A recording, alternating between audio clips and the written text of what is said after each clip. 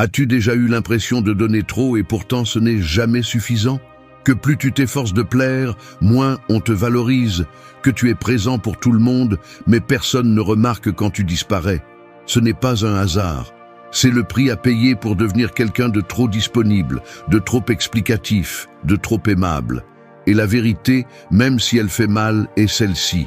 Le monde ne valorise pas ce qui est en offre permanente. Il valorise ce qui semble rare, ce qui est ferme, ce qui impose une présence sans avoir besoin de hausser la voix. Si on te voit comme une option parmi d'autres, c'est parce qu'à un moment donné, tu t'es traité comme une option parmi d'autres. Et personne ne va corriger cela pour toi. Mais il ne s'agit pas de se vêtir d'arrogance ou de feindre la confiance. Cela va beaucoup plus loin. Il s'agit de retrouver le respect que tu as perdu envers toi-même, de fermer les portes que tu as laissées ouvertes par peur, d'arrêter de donner des explications comme si tu étais coupable d'exister. Il s'agit d'être si cohérent avec ce que tu dis, fais et permets que celui qui ne sait pas te valoriser sent qu'il perd quelque chose de précieux, parce qu'il l'est. Parlons clairement.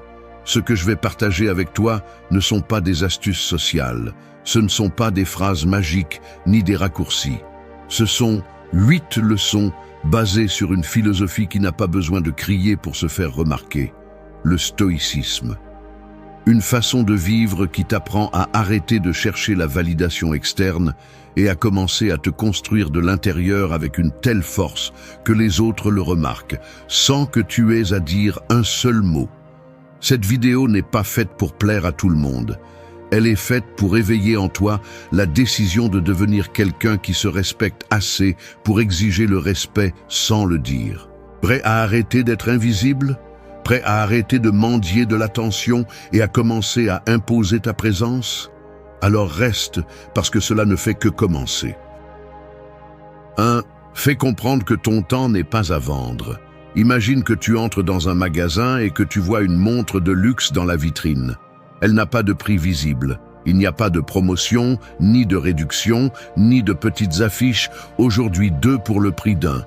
Elle est juste là, immobile, brillante, immuable.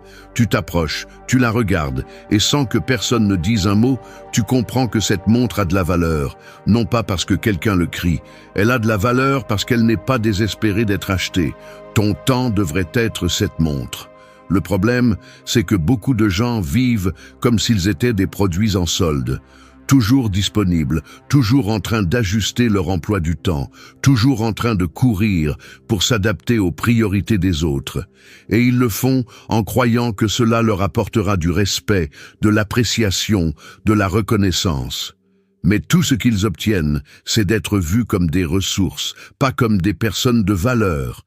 Parce que lorsque tu ne fixes jamais tes limites, le message que tu envoies est clair. Mon temps n'a pas autant de valeur que le tien. Et cela se ressent, cela se perçoit. Les gens peuvent ne pas savoir exactement ce que tu fais, mais ils remarquent comment tu te positionnes. Si tu es toujours là, si tu réponds immédiatement, si tu annules tes plans pour satisfaire les désirs des autres, si tu ne te donnes pas d'espace pour toi, tu envoies un signal. Tu n'es pas une priorité pour toi-même. Et si tu ne l'es pas pour toi, pourquoi quelqu'un d'autre devrait-il te traiter comme une ? Le stoïcisme enseigne que tu ne contrôles pas comment on te traite, mais tu contrôles ce que tu permets. Et permettre à n'importe qui d'avoir un accès libre à ton temps, c'est comme laisser la porte de ta maison ouverte en espérant que les gens entrent et ne touchent à rien. Naïf, dangereux et surtout épuisant. La personne qui ne protège pas son temps ne perd pas seulement des heures. Elle perd de l'énergie, elle perd du respect et, avec le temps, elle perd son sens de l'orientation. Parce que celui qui vit au rythme des agendas des autres finit par se déconnecter de ce qui compte vraiment.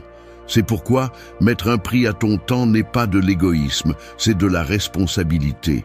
C'est reconnaître que tu ne peux pas être partout, que tu ne peux pas dire oui à tout, que si tu construis quelque chose de précieux avec ta vie, tu vas devoir apprendre à dire non à cela.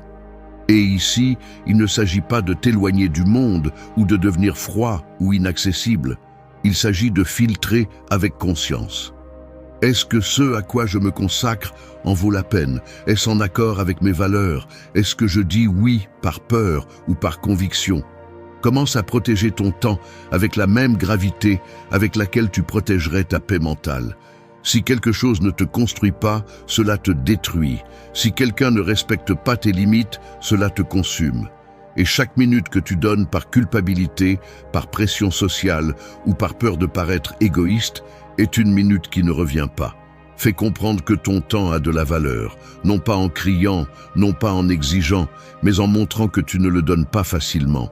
Quand quelqu'un voit que tu as besoin d'une bonne raison pour bouger ta journée, il comprendra. Ton temps a de la valeur. Et s'il ne le comprend pas, il ne devrait pas être si proche. Parce que celui qui te respecte vraiment, respecte aussi ton emploi du temps.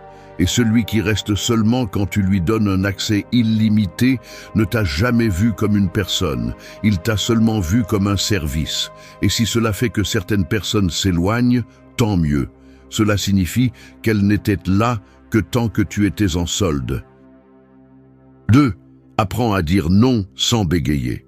Dire non semble simple, jusqu'à ce que tu doives le faire, parce que c'est là que l'inconfort apparaît, la peur de décevoir, cette petite voix qui te dit « Mieux vaut accepter, ne crée pas de problème, sois gentil ».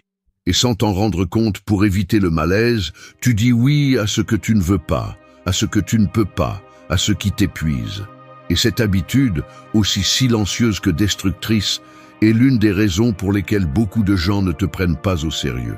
Quand tu ne mets jamais de limites claires, tu deviens un terrain libre pour que n'importe qui marche sur toi. La vérité est que dire non ne fait pas de toi une mauvaise personne. Ça fait de toi une personne avec du jugement. Ça fait de toi quelqu'un qui sait ce qu'il veut, ce dont il a besoin et ce qu'il est prêt à permettre. Mais cela n'arrive que lorsque tu arrêtes d'avoir peur du conflit, lorsque tu te rends compte que plaire à tout le monde est un piège qui te laisse vide. Dire non n'est pas grossier. Grossier, c'est de te laisser utiliser tout en souriant. Grossier, c'est de te trahir juste pour maintenir une apparence. Et le stoïcisme te le fait bien comprendre. Ta paix intérieure ne dépend pas du fait de plaire aux autres. Elle dépend de l'action en cohérence avec tes principes, même quand cela dérange. Ce n'est pas un hasard si les personnes les plus respectées ne sont pas les plus sympathiques, mais les plus claires. Elles ne s'excusent pas d'avoir des priorités. Elles ne se brisent pas quand quelqu'un se fâche.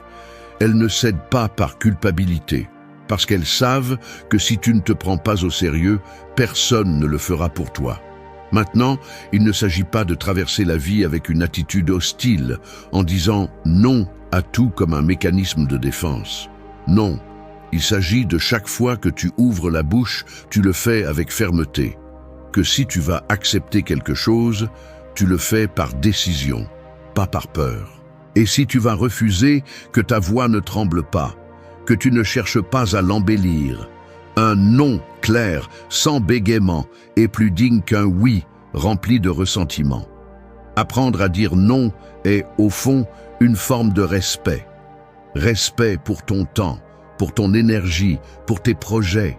Parce que chaque fois que tu acceptes quelque chose qui va à l'encontre de toi, tu dis que ton bien-être vaut moins que le confort de l'autre personne. Et cela, non seulement épuise, cela t'efface. Peut-être qu'au début tu auras du mal. Peut-être que tu perdras des personnes qui étaient seulement habituées à ta disponibilité. Mais si tu restes ferme, quelque chose commence à changer. On ne te cherche plus seulement par intérêt. On ne s'approche plus de toi seulement parce qu'on sait que tu diras toujours oui. On commence à te voir comme quelqu'un qui se choisit. Et ça, crois-moi, ça se voit, ça se sent, ça se respecte. Dire non est une déclaration d'indépendance émotionnelle. C'est le signe que tu ne vis plus piégé par le besoin de plaire. C'est la preuve que tu as choisi de prioriser ta paix plutôt que ton image. Parce que les personnes fortes ne sont pas celles qui supportent le plus. Ce sont celles qui savent quand s'arrêter. Alors, la prochaine fois que tu ressens ce malaise à dire non, souviens-toi de ceci. Tu n'es pas venu au monde pour être l'option confortable de personne. Tu es venu pour te construire avec force, avec des limites, avec une direction. Et parfois, l'acte le plus courageux que tu peux faire pour toi, c'est simplement de dire non. 3. Érige des frontières là où tu mettais auparavant des portes ouvertes. Il y a une énorme différence entre être accessible et être envahi, entre être disponible et ne pas avoir le contrôle de ton espace. Ce qui se passe, c'est que beaucoup de gens confondent être gentil avec être permissif. Et non, ce n'est pas la même chose. Être une bonne personne ne signifie pas tout permettre. Cela ne signifie pas ouvrir la porte à quiconque frappe, ni supporter des comportements qui épuisent, ni céder à ceux qui ne respectent pas. Mais quand tu n'as pas de frontières claires, c'est exactement ce que tu fais. Tu t'ouvres de toutes parts, comme une maison sans serrure, en espérant que les visiteurs se comportent, même si tu n'as pas établi de règles. Et bien sûr, avec le temps, cela a un coût, parce que les gens n'entrent pas toujours avec de bonnes intentions. Certains ne cherchent que ce qu'ils peuvent prendre, et si tu ne sais pas les arrêter, ils le feront encore et encore, jusqu'à ce que tu sois vidé. Une frontière n'est pas un mur d'ego, c'est un acte d'intelligence émotionnelle. C'est le moment où tu arrêtes d'attendre que les autres devinent ce qui est bien ou mal pour toi, et tu commences à le rendre clair avec des actions. Parce que la vérité est que personne ne peut te piétiner sans ta permission. Et quand tu permets qu'il le fasse, la responsabilité est aussi la tienne. Le stoïcisme ne te dit pas de t'isoler, il te dit de te protéger, d'avoir le contrôle de ce que tu laisses entrer, d'être conscient que tout le monde ne mérite pas l'accès à ton énergie, à ton temps, à ta confiance. Et ce n'est pas du ressentiment, c'est du respect de soi. Beaucoup de gens vivent sans frontières par peur de perdre des liens. Si je dis quelque chose, il va se fâcher. Si je mets des limites, il va peut-être arrêter de me parler. Si je me montre ferme, je vais rester seul. Mais est-ce vraiment la peine d'avoir près de soi des personnes qui ne sont là que si tu leur permets de franchir toutes tes limites? Quand tu ne marques pas jusqu'où les autres peuvent aller avec toi, l'environnement le fera pour toi. Et ce ne sera pas toujours juste. On te mettra dans des rôles que tu n'as pas demandés. On te chargera de responsabilités qui ne te reviennent pas. Et le pire de tout, tu commenceras à normaliser que tes besoins passent toujours en dernier. Une frontière bien établie dit au monde, c'est moi, je ne négocie pas ça. Et cela, même si cela dérange certains, finit par être une boussole. Parce que celui qui veut être proche saura comment le faire. Et celui qui ne le veut pas, partira. Et c'est bien, les frontières ne sont pas faites pour plaire. Elles sont faites pour te protéger. Peut-être qu'au début ta voix tremblera, peut-être te sentiras coupable de mettre des limites là où tu donnais auparavant des permissions. Mais avec le temps, cela devient une forme d'auto-soin. Cela devient une partie de ton identité. Parce que quelqu'un qui se valorise, se défend. Quelqu'un qui se connaît, se protège. Et quelqu'un qui veut vraiment se construire ne permet pas à n'importe qui d'entrer et de salir le terrain. Commence à fermer des portes qui ont toujours été ouvertes par peur. Tout le monde ne mérite pas une clé. Certains n'auraient même pas dû frapper à la porte. Et si le fait de mettre des frontières fait disparaître certaines personnes, ce n'est pas une perte, c'est un nettoyage. Alors fais-le. Pas depuis la colère, pas depuis l'orgueil. Fais-le depuis la clarté. Parce que quand tu ériges des frontières là où il n'y avait auparavant que libre accès, tu commences à récupérer quelque chose que tu n'aurais jamais dû donner si facilement, ta dignité. 4. Que ta voix sonne comme celle de quelqu'un qui sait qui il est. Une boussole qui ne pointe pas vers le nord déroute celui qui la regarde. Elle tourne, change de direction, semble utile, mais ne l'est pas. Et avec le temps, personne ne la consulte. Personne ne lui fait confiance. Personne ne la prend au sérieux. Il en va de même pour les personnes dont la voix est faible, craintive, sans direction. Des personnes qui parlent avec insécurité, qui doutent de ce qu'elles disent, qui ajustent leur opinion en fonction de qui elles ont en face. Et ce n'est pas parce qu'elles n'ont pas d'idées, mais parce qu'elles ont peur de les défendre, peur de déranger, peur de se tromper, peur de ne pas être accepté. Mais si tu ne sonnes pas comme quelqu'un qui sait qui il est, personne ne te verra comme quelqu'un qui mérite d'être écouté. La voix ne concerne pas seulement le ton, Il s'agit de ce qui se cache derrière. Quand quelqu'un parle avec clarté, il n'a pas besoin de crier. Sa seule présence génère du respect. Et cela ne se réalise pas avec des discours répétés ou avec des phrases copiées de livres d'auto-assistance. Cela se réalise avec identité, avec conviction, avec authenticité. Ta voix est une extension de ton caractère. Et si ton caractère est fragile, ta voix le sera aussi. Le stoïcisme enseigne que ce que tu dis doit être aligné avec ce que tu fais. Que tes paroles ne soient pas une stratégie pour plaire, mais une manifestation de ton essence.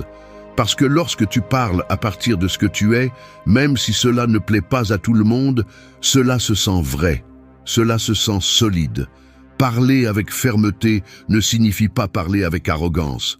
Cela signifie parler avec vérité, avec cohérence.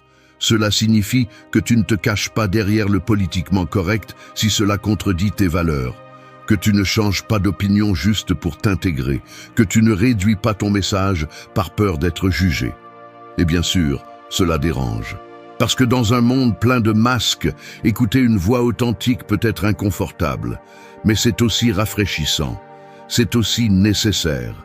Ta voix devrait être comme une empreinte, unique, inconfondable. Et pour que cela se produise, tu dois oser l'utiliser sans filtre, sans trop d'explications, sans peur du rejet. Combien de fois as-tu voulu dire quelque chose d'important et tu l'as tu? Combien de fois as-tu adouci ta vérité juste pour ne pas faire de vagues? Combien de fois as-tu dit oui avec la bouche alors que ton corps criait non? Ce n'est pas la paix, c'est de la répression. Et tôt ou tard, cette répression te coûte cher. Elle te remplit de frustration, de culpabilité, de colère envers toi-même pour ne pas t'être défendu quand tu en avais le plus besoin. Une personne qui sait qui elle est n'a pas peur de parler avec fermeté. Et elle n'a pas besoin de convaincre qui que ce soit. Elle parle simplement avec clarté, avec intention et avec le poids de celui qui n'a pas besoin de plaire pour exister. Si tu veux que les autres te respectent, commence par respecter ta propre voix. Ne l'éteins pas. Ne la cache pas, ne la maquille pas. Si ton message est réel, soutiens-le. Si ton opinion est honnête, exprime-la.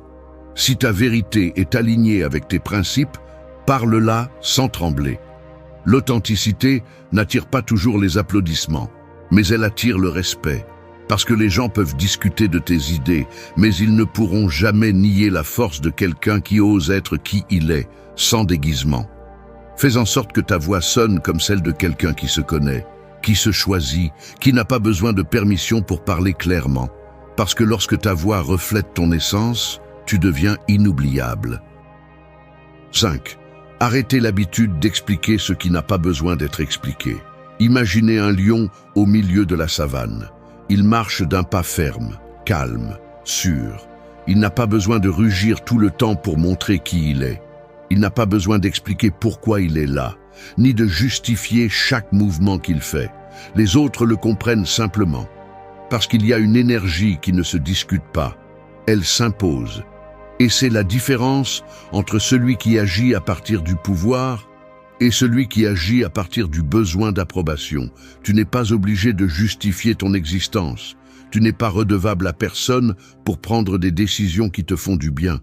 Tu n'as pas besoin d'expliquer chaque pas, chaque limite, chaque choix comme si tu t'excusais d'être toi. Mais beaucoup de gens tombent dans ce cycle. Ils disent non et sentent qu'ils doivent l'accompagner d'un long discours pour que l'autre ne soit pas contrarié. Ils changent d'avis et sentent qu'ils doivent convaincre tout le monde qu'ils ne trahissent personne. Ils choisissent un chemin différent et se sentent coupables de ne pas répondre aux attentes des autres.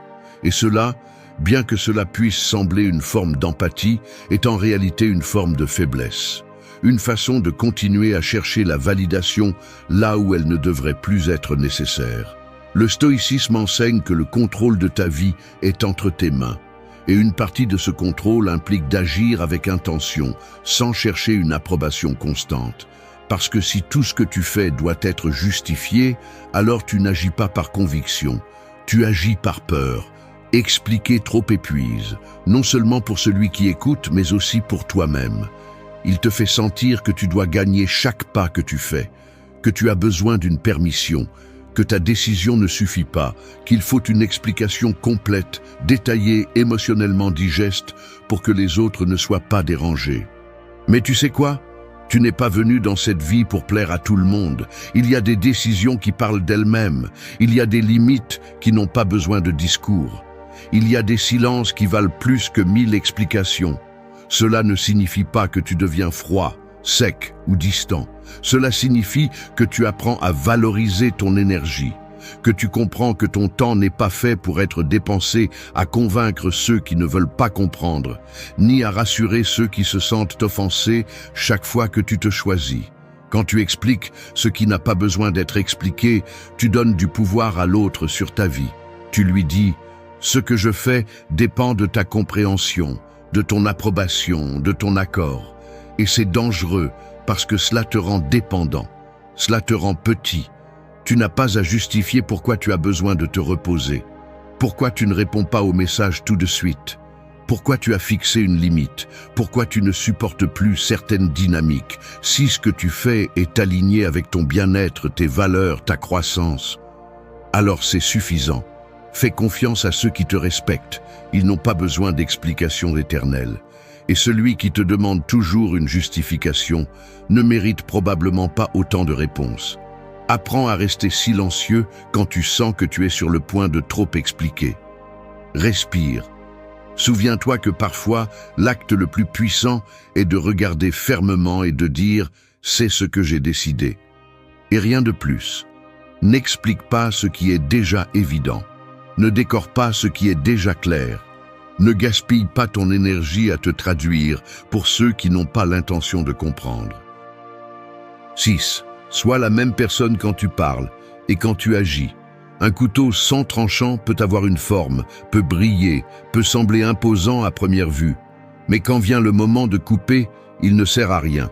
Peu importe à quel point il semble bon s'il ne remplit pas son but. C'est ce qui arrive à beaucoup de gens. Ils ont un discours fort, ils parlent de limites, de respect de soi, d'amour de soi, de ne pas se contenter de miettes. Mais quand vient le moment d'agir, ils se brisent. Ils ont une voix d'acier et une colonne de papier, et c'est là que tout s'effondre. Parce qu'il n'y a rien qui affaiblit plus ta présence que l'incohérence entre ce que tu dis et ce que tu fais. Tu peux construire une image impressionnante avec des mots, tu peux avoir un discours qui sonne ferme, convaincant, respectable, mais si tes actions ne le soutiennent pas, tout tombe. Parce que les gens peuvent se tromper une fois, ils peuvent te croire au début, mais tôt ou tard, ils voient toujours la vérité. Et la vérité n'est pas dans ce que tu dis. Elle est dans ce que tu fais quand personne ne t'applaudit, quand personne ne te regarde, quand dire oui est plus facile que de tenir un non. Le respect ne se gagne pas en parlant, il se gagne en agissant. Le stoïcisme enseigne que le caractère se construit dans la pratique, pas dans la théorie. Que la vertu n'est pas quelque chose que l'on crie, c'est quelque chose que l'on vit. Parce que tu peux parler de force intérieure toute la journée, mais si tu continues à permettre ce qui te brise, alors ton message n'a pas de poids. Tu peux parler de respect de soi, mais si tu acceptes le moindre traitement juste pour ne pas être seul, personne ne te prendra au sérieux. Pas même toi. Être la même personne quand tu parles et quand tu agis n'est pas facile. Cela nécessite de la discipline. Cela nécessite du courage. Cela nécessite de regarder ta vie avec une brutalité honnête et de dire « Est-ce que ce que je vis reflète ce que je dis que je suis ?» Et si la réponse est non, tu as du travail à faire. Non pas pour convaincre quelqu'un, mais pour te reconnecter avec toi-même. Parce qu'à chaque fois que tu dis une chose et que tu en fais une autre, quelque chose en toi se brise. Tu deviens moins crédible, moins solide, moins fiable, même à tes propres yeux. Et quand tu ne te fais pas confiance, comment espères-tu que les autres le fassent? Ceci n'est pas une question d'être parfait, c'est une question d'être cohérent. Si tu parles de respect, agis avec respect. Si tu parles de limites, mets-les en pratique. Si tu dis que tu te valorises, arrête de rester là où tu n'es qu'une option. Si tu dis que tu en as marre de la même chose, fais quelque chose de différent. Parce que si tu n'agis pas, tu ne fais que décorer le vide avec de jolis mots. Et ça se voit. Peut-être pas tout de suite, mais ça se voit. Les gens respectent ceux qui restent fidèles à leurs principes, pas ceux qui en parlent seulement. Et le plus important, tu commences à marcher avec une autre posture quand tu sais que tu es réel, que tu ne vends pas une image fausse, que ce que tu montres est ce que tu es. Fais en sorte que ta parole ait du poids, pas avec des cris, pas avec des discours, avec des actes. Que celui qui t'écoute parler puisse dire « cette personne vit ce qu'elle dit ». Parce que quand tu y arrives, tu n'as pas besoin de forcer le respect, ni l'attention, ni l'admiration. Ta seule présence le génère. Et si jamais tu doutes entre parler plus fort ou agir avec plus de fermeté, choisis la seconde option. Parce que les actions, même si elles ne font pas de bruit, laissent toujours une trace. 7. Ne reste pas là où tu n'es utile que. Un escalier est utile. Tu l'utilises pour monter, pour atteindre quelque chose que tu ne pourrais pas toucher autrement.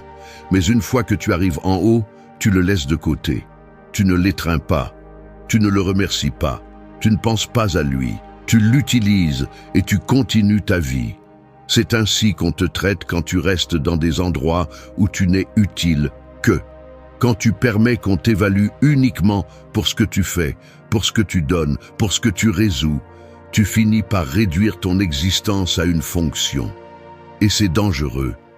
Parce que tu n'es pas un outil, ni un pansement émotionnel, ni une solution d'urgence.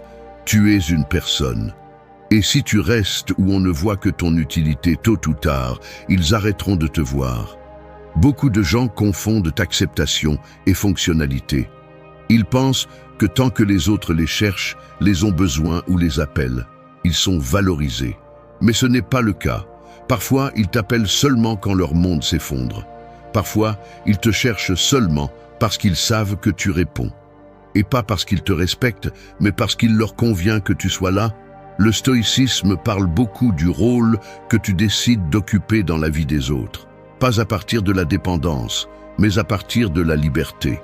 Et une partie de cette liberté consiste à choisir clairement. Veux-tu rester à un endroit où on ne te reconnaît que lorsque tu fais quelque chose? Ou préfères-tu construire des relations où on te valorise même quand tu ne donnes pas, ne résous pas, ne sauves pas? Rester là où tu n'es utile qu'est un chemin rapide vers l'épuisement émotionnel. Parce que tu devras toujours être en train de faire quelque chose pour sentir que tu as de la valeur. Tu seras toujours en mode service. Tu devras toujours justifier ta présence. Et quand tu ne pourras plus donner, quand tu auras besoin de quelque chose, quand tu oseras enfin demander, tu verras combien disparaissent. Ça fait mal, mais ça enseigne aussi. Une des décisions les plus courageuses que tu peux prendre est de quitter les endroits où on ne t'applaudit que lorsque tu produis, où on ne te regarde que lorsque tu sers, où on t'ignore quand tu es simplement là. Ne te forme pas à partir de ce que tu donnes, forme-toi à partir de ce que tu es. Parce que lorsque ta valeur dépend de ton utilité, toute erreur, toute limite, tout moment de vulnérabilité peut être interprété comme un défaut. Et tu n'es pas défectueux parce que tu as besoin de respirer, parce que tu dis « je ne peux pas », parce que tu arrêtes de porter ce qui ne t'appartient pas. Pose-toi cette question sans peur. Si aujourd'hui je cessais d'être utile pour ces personnes, resteraient-elles ici? Si la réponse est non, alors tu as la clarté. Et avec cette clarté, tu peux prendre des décisions. Ce n'est pas de l'égoïsme, c'est de la dignité. Les personnes qui te valorisent vraiment ne le font pas seulement pour ce que tu fais. Ils te valorisent pour ce que tu es, même quand tu ne donnes rien, même quand tu n'es pas en fonction, même quand tu es en silence. Et si cela te coûte de trouver, commence par toi. Arrête de t'exiger d'être en mode service tout le temps. Arrête de rester dans des dynamiques qui te récompensent seulement quand tu te sacrifies. Parce qu'une relation basée sur l'utilité n'est pas une relation, c'est une transaction. Choisis de sortir de ces espaces. Et si ça fait mal, que ça fasse mal, mais que ça libère aussi. Parce qu'à l'extérieur de ce cycle, il y a quelque chose de mieux. Des personnes qui ne t'utilisent pas, elles t'honorent. 8. Fais de toi ton projet le plus ambitieux. Il y a des gens qui consacrent toute leur vie à construire des choses, mais qui s'oublient eux-mêmes. Ils se donnent entièrement à leur travail, à leurs relations, à leurs responsabilités, aux rêves des autres, et se laissent pour la fin comme s'ils étaient quelque chose que l'on peut repousser. Ils investissent leur temps, leur énergie, leur talent dans des projets qui souvent ne les comblent même pas. Et quand ils se regardent dans le miroir, ils ne se reconnaissent plus, parce qu'ils se sont abandonnés, parce qu'ils ne se sont jamais choisis comme priorité. Le problème, c'est que si tu ne deviens pas ton propre projet, tu finiras par n'être qu'un outil pour les plans des autres. Et il n'y a pas de gloire à cela, il n'y a pas de respect, il n'y a pas de paix, il y a de l'épuisement, il y a du vide, il y a de la frustration silencieuse. Fais de toi ton projet le plus ambitieux, non pas comme un acte de vanité, mais comme un acte de responsabilité. Tu es la seule personne avec qui tu vas passer tous les jours de ta vie, et pourtant, tu te demandes souvent plus que ce que tu te donnes, tu te juges plus que tu ne te comprends, tu te critiques plus que tu ne te construis. Et on n'avance pas comme ça, on survit seulement. Le stoïcisme enseigne que ta tâche principale dans ce monde est de prendre soin de ton esprit, de ton caractère, de ta façon de vivre.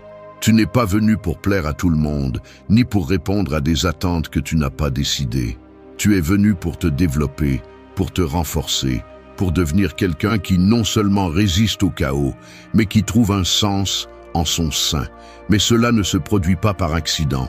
Cela se produit lorsque tu décides d'arrêter de t'investir uniquement dans l'extérieur et de commencer à te construire comme tu le ferais pour tout autre objectif important, avec vision, engagement, constance. Beaucoup espèrent que la vie les récompensera alors qu'ils continuent à se repousser. Ils espèrent du respect, de l'amour, de la reconnaissance, du succès, alors qu'ils se traitent avec négligence, alors qu'ils continuent à agir comme si leur valeur était un hasard. Et non, ta valeur a besoin de fondement. Elle a besoin d'action. Elle a besoin que tu te prennes au sérieux, parce que personne ne verra en toi ce que tu n'es pas prêt à travailler. Fais de toi un projet réel.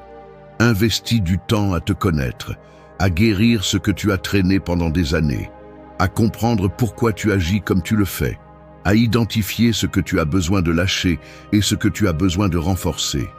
Il ne s'agit pas seulement de s'améliorer pour les autres, il s'agit de s'améliorer pour toi, pour que, quoi qu'il arrive à l'extérieur, tu restes debout, clair, solide, intègre.